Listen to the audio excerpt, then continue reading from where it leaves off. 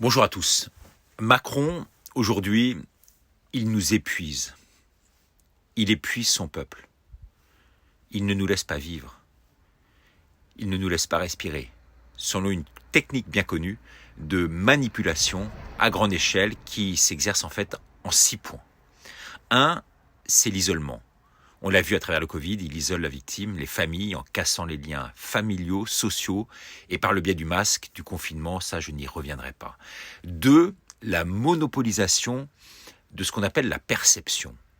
Il n'accrédite qu'une thèse, prive tout moyen d'alimenter un système de pensée alternatif qui aujourd'hui ne lui est propre.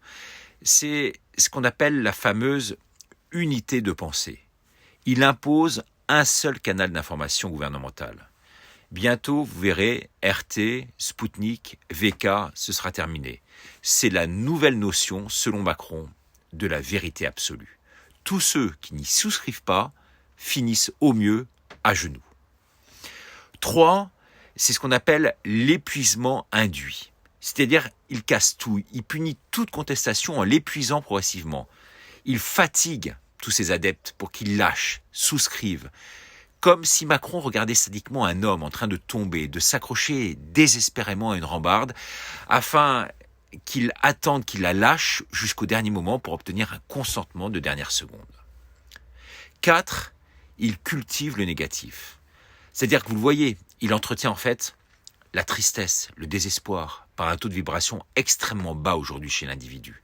Vous le voyez chez vous-même, il vous bouffe votre énergie, vous suce jusqu'à la moelle. 5, il feint d'entretenir certaines indulgences. On le voit, dès la fin du pass annoncé, ce qui avait pour vocation de relâcher enfin la bride à nous, petits chiens-chiens, eh bien, il se lance maintenant dans un conflit potentiellement planétaire, nucléaire, à grande échelle, pour mieux nous remettre aussi la pression, la tension. Enfin 6, la dégradation mentale. Il assimile l'individu à un stade animal en développant des techniques de soumission aussi folles que dingues, voire même qu'inacceptables, comme le café debout qui a été interdit, le masque sur les remontes Pantoski, vous vous rendez compte, l'auto-justification de sortie. Vraiment avec lui, on est tombé sur la tête, mais on est surtout tombé sur un tyran digne des plus grands de notre histoire. J'espère qu'il en connaîtra le même sort et qu'il sera jugé avec toute sa bande comme il se doit.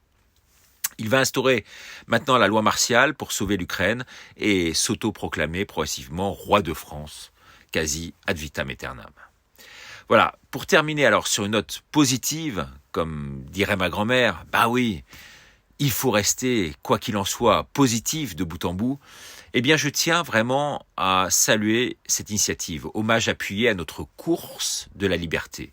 Formidable initiative.